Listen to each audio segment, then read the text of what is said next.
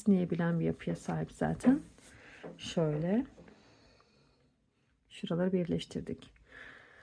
Şimdi beraber bilek kısmını yapalım hemen. Bir zincir çekmiştik. 2, 3. Bakın bilek kısmı için benim 42 tane ikili trabzana ihtiyacım var.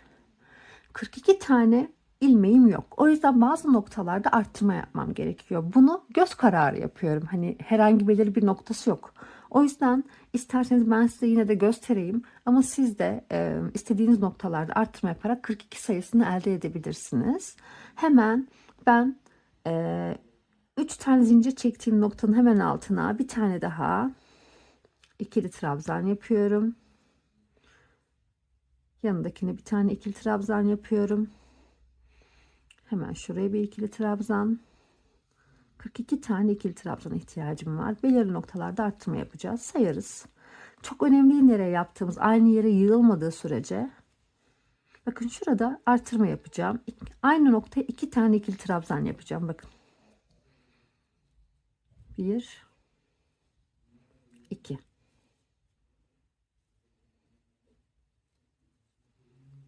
İkili trabzanlar yapıyoruz.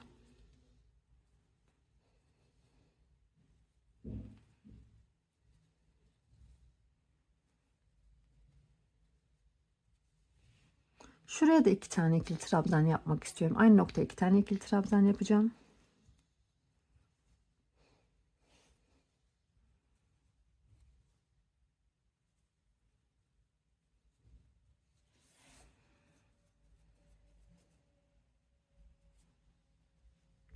Evet, aynı noktaya burada 2 tane ikili trabzan yaptım. Şuraya bir tane yaptım.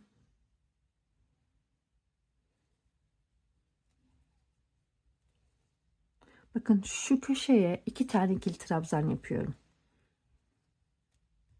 1, 2.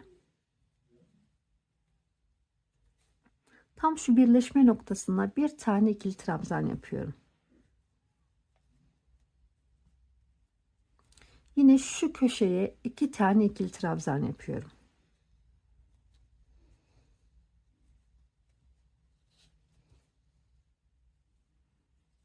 Ve sırayla devam ediyorum bakın. Hemen şuraya batacağım. Birazdan sayarız kaç tane ikili trabzanımız olduğunu.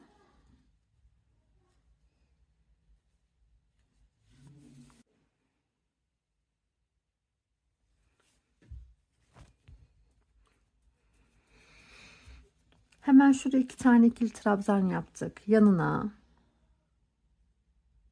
şöyle devam edelim.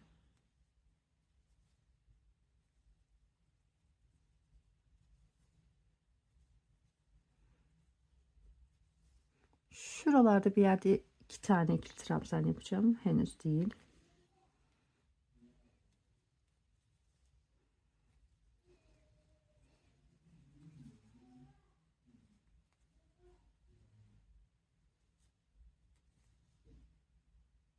Şuraya 2 tane ikili trabzan yapacağım.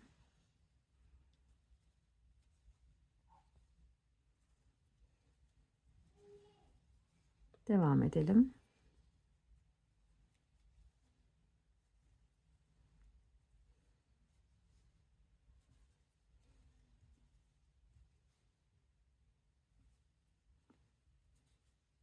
Bir sayalım bakalım ne kadar olmuş, ne kadar boşluğumuz kalmış.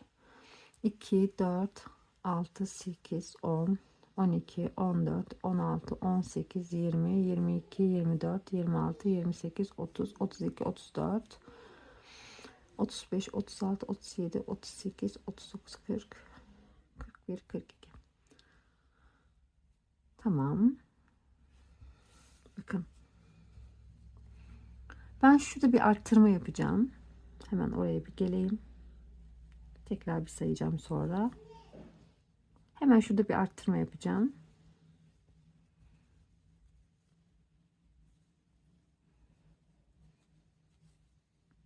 Bakın şurada bir arttırma yaptım.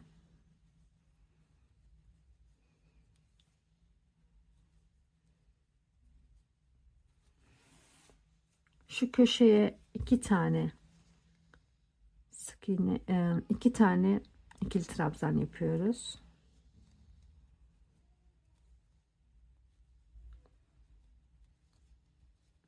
Şu ortaya bir tane ikili trabzan yapıyoruz.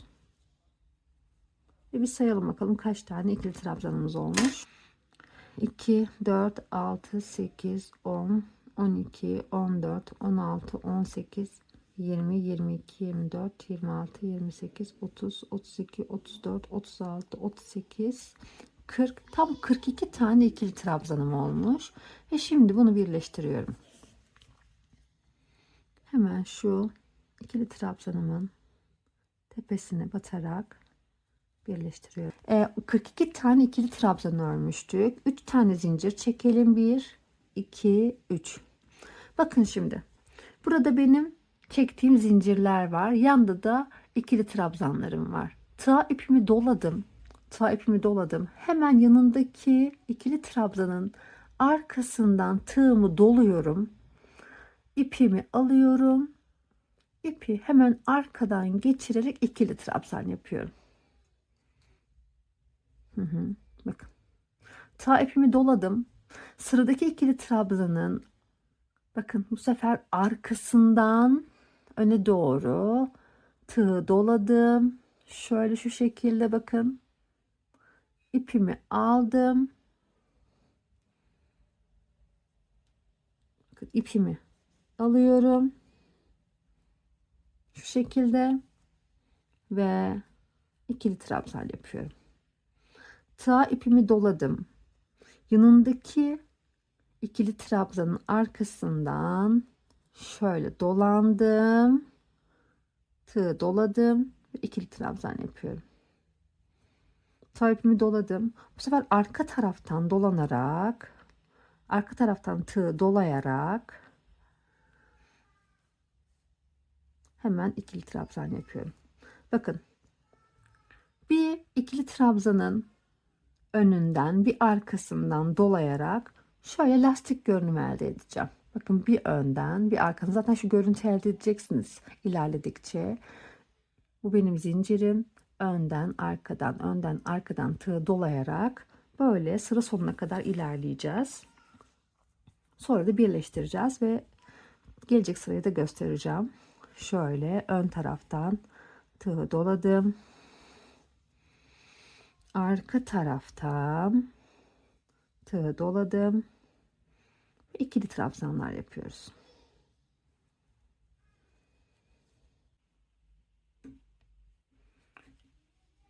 Hemen şöyle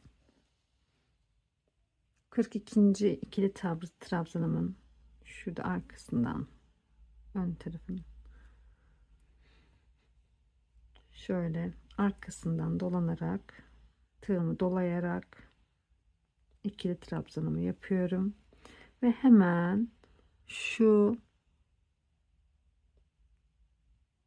3 tane çektiğim zincirin şurada tepesi, hemen şu 3 tane çektiğim zincirin tepesi değil de önden dolanarak tığımı önden dolayarak yaptığım ikili trabzanın tepesine tığımı geçiriyorum, ilmek kaydırıyorum, 3 tane zincir çekiyorum. 1 2 3 tane zincir çektim ve yine böyle tığımı önden doladıklarıma, tığımı ipimi doladım, tığımı önden doladıklarımı önden, arkadan doladıklarıma arkadan dolanmaya devam ederek ikili trabzanlar yapmaya devam ediyorum. Bakın önden, arkadan bu şekilde ilerleyeceğiz.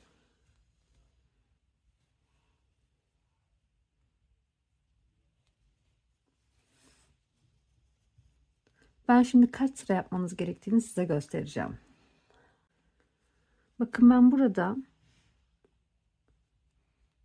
şunları sıra olarak ben şu kısımları sayıyorum.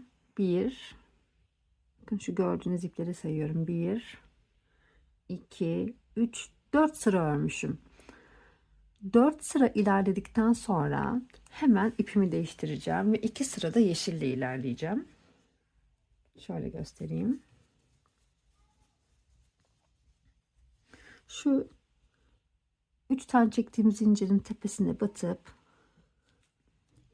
yine 3 tane zincir çekiyorum.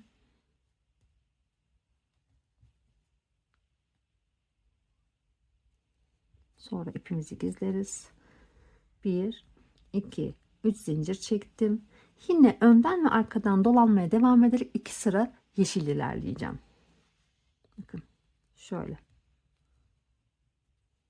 Aynı yöntemle yeşilimle de ilerledikten sonra 2 sıra ilerledikten sonra eldivenin bilek kısmı bitmiş olacak.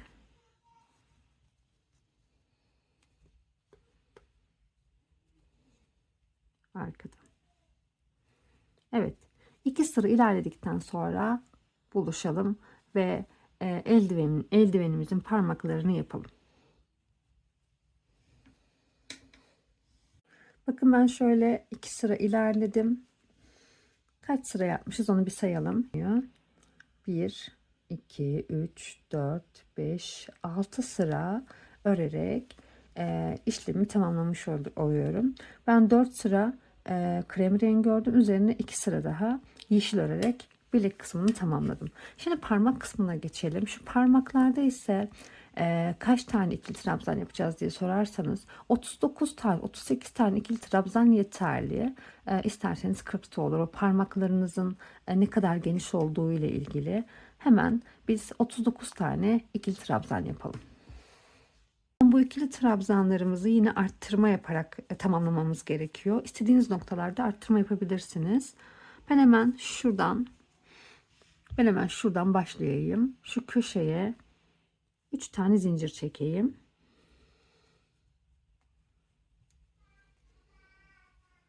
İki, üç zincir çektim. Evet. Aynı noktaya bir tane ikili trabzan yapayım. Ben genelde arttırmalarını köşelerden yana kullanmayı planlıyorum. Duruma göre bakacağım. Şöyle sırayla ikili trabzan yapmaya başlıyorum. Ve 39 tane ikili trabzanımı elde edene kadar arttırmalar yapacağım.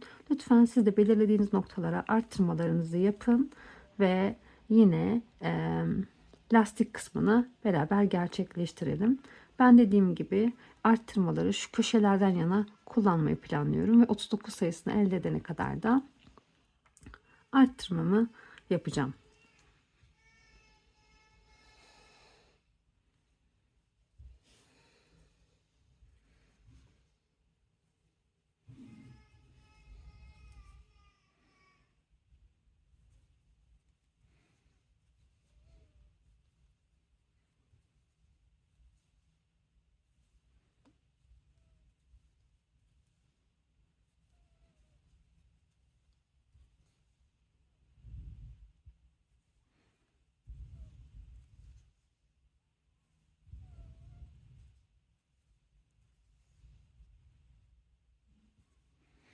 Hemen köşede arttırma yapıyorum. Köşeye 2 tane ikili trabzan yapıyorum. Ortaya bir tane ikili trabzan yapıyorum. Köşeye 2 tane ikili trabzan yapıyorum.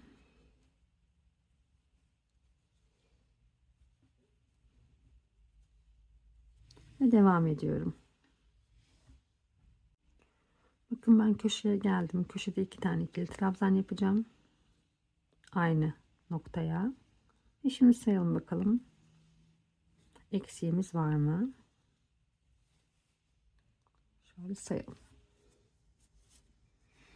2, 4, 6, 8, 10, 12, 14, 16, 18, 20, 22, 24, 26, 28, 30, 32, 34, 36, 38.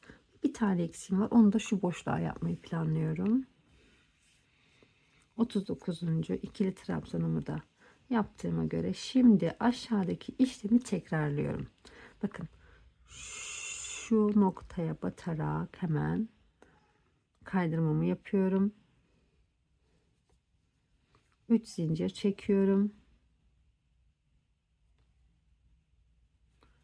şu noktaya batarak kaydırmamı yapıyorum. 3 zincir çekiyorum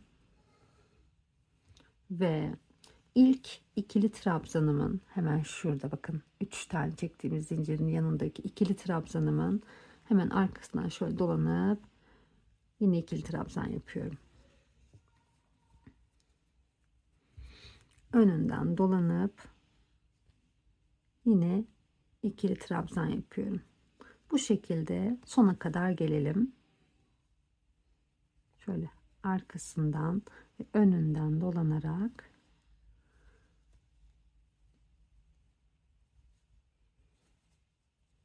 sona kadar ilerleyelim.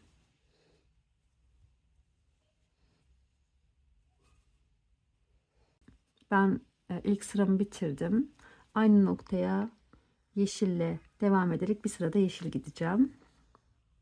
Şöyle 3 tane zincir çekiyorum. 1 2 3. Aynı işlemi yapıyorum. Arkadan önden tığımı dolayarak ikili trabzanlar yapıyorum ve bu sıramı da bitirdikten sonra baş parmak kısmına geçiyorum. Baş parmak kısmında sadece yeşil kullanmayı planlıyorum.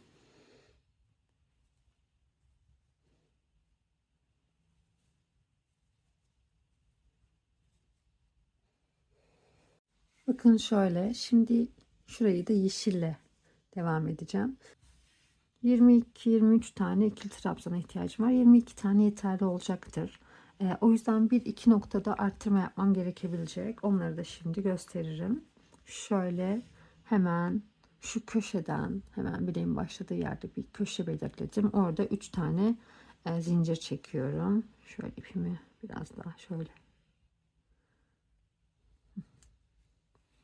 1 2 3 zincir çektim ve hemen yanlarındakine tek tek batarak ikili trabzanlar yapıyorum. İleri köşelerde bir iki tane arttırma bize yeterli olacak diye düşünüyorum.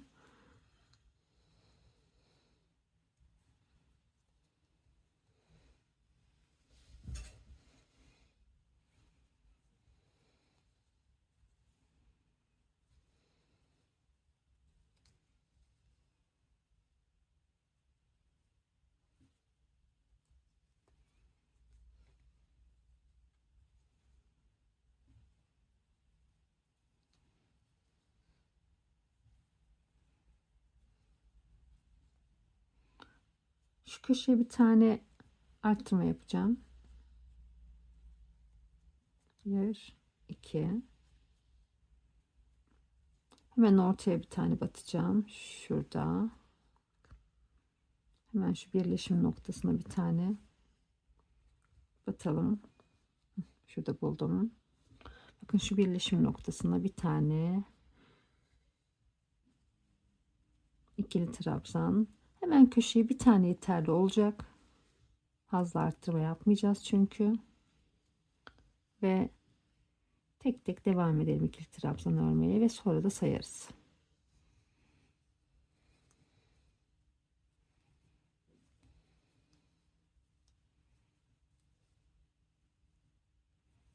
Siz bu sayıyı parmağınızın kalınlığına göre, inceliğine göre artırırsınız.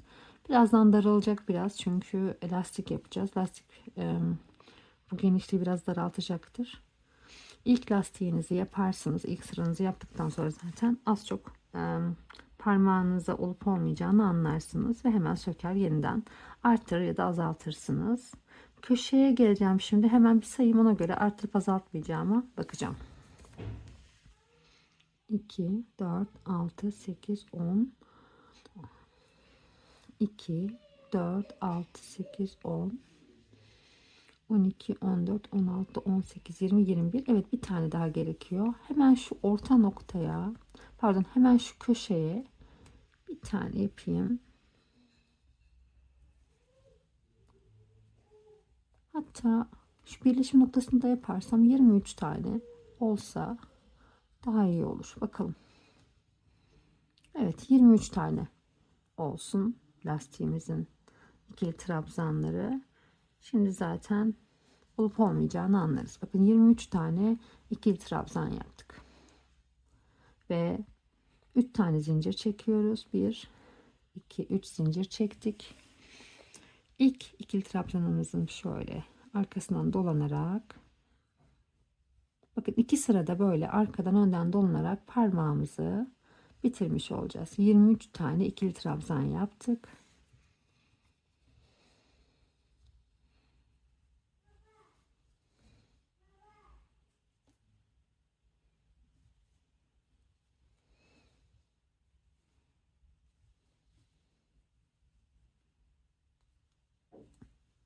Şöyle ilerleyelim arkadan ve önden. Bir sıra daha öreceğiz bunu bitirdikten sonra ve parmağımız tamamlanmış olacak. Eldivenlerimiz tamam. Şimdi Noel babalarımızı buraya yerleştireceğiz. Noel babalarımızı bu videonun içerisinde yapmayacağım. Onu ayrı bir video olarak çektim ve açıklama kısmına bırakacağım. Video sonunda hemen şu köşede de olacak. Oradan da bulabilirsiniz. Ve şimdi dikme kısmına geçeceğim ben. Hemen şöyle. Bakın. Şu şekilde dikeceğiz. Şu parmaklarımın şöyle geçtiğini düşünün eldivenlere. Bir bu tarafına bir bu tarafına olmak üzere 2 tane Noel Baba ihtiyacımız var. Ve onları dikerken şöyle açık renkli bir ip kullanıyorum. Böyle gri bir ip bu. Öncesinde hemen şurada bakın 5 tane sakalım vardı. Şu 5 sakalın altıncısına, şu 5 sakalın, özür dilerim. Şu 5 sakalın şu ortasına geçip hemen ipimi şurada sabitliyorum.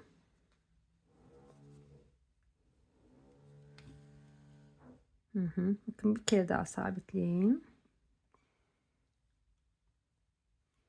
En azından nasıl yaptığımı anlarsanız Noel Baba'nızı hazırladıktan sonra işiniz kolaylaşacak. Şu kısım. Bakın hemen şurada şu kısma sakalın ortası denk gelecek şekilde dikmeye başlayacağım. Ve şöyle bakın şöyle bir görüntü olacak. Hemen şu ucu da ortadaki üçlü gruba denk gelecek. Yani ortadaki üçlü gruba denk getirirseniz dikişinizi daha güzel bir görüntü elde etmiş olursunuz. Şöyle.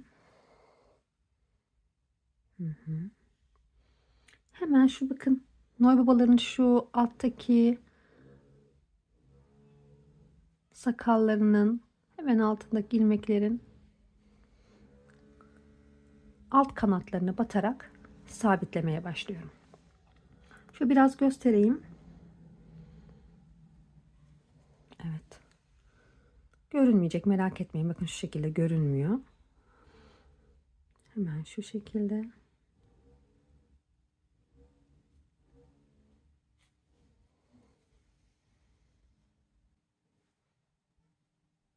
Şurada alt ilmeklere baktığım için elinizi şöyle sabit tutmaya çalışın, kaymasın. Ben şu şekilde bunu tutuyorum. Çok sıkmanıza gerek yok. Yani motifiniz zaten tutunacak. Evet. Hep alttan çalışıyorum bakın.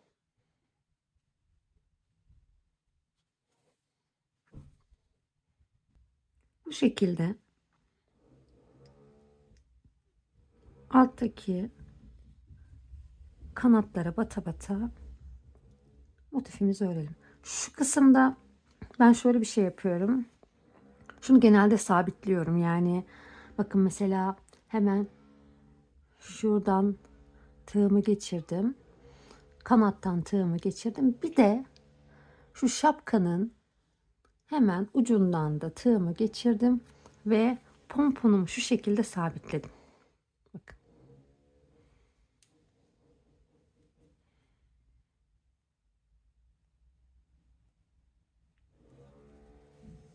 Böylelikle sağlamlaştı. Bu şekilde sonuna kadar ilerleyeceğiz.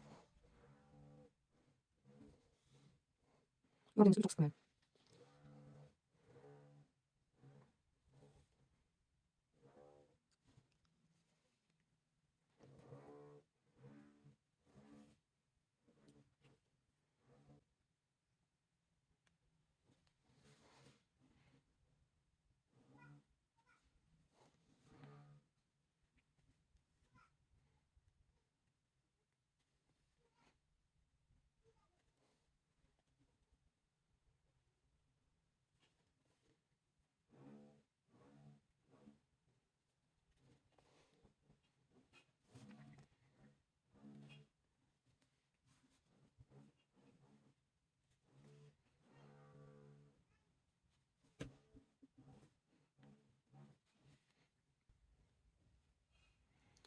Bakın şu kısımda artık tığımı, ipimi gizleyerek hemen sabitleyeceğim. Bir kere şurada bir sabitleme yapayım. Bakın hemen altta. Şöyle düğümümü atayım. İp böyle takılabilir. Çekin. Tamam. Bir kere daha içten geçiyorum. Şöyle. İğnemi içeriden alıyorum. Karşı sakaldan çıkıyorum. Burada da bir düğüm atıyorum. Sağlam olsun. Bakın hemen iç kısımda düğüm atıyorum ki görünmesin.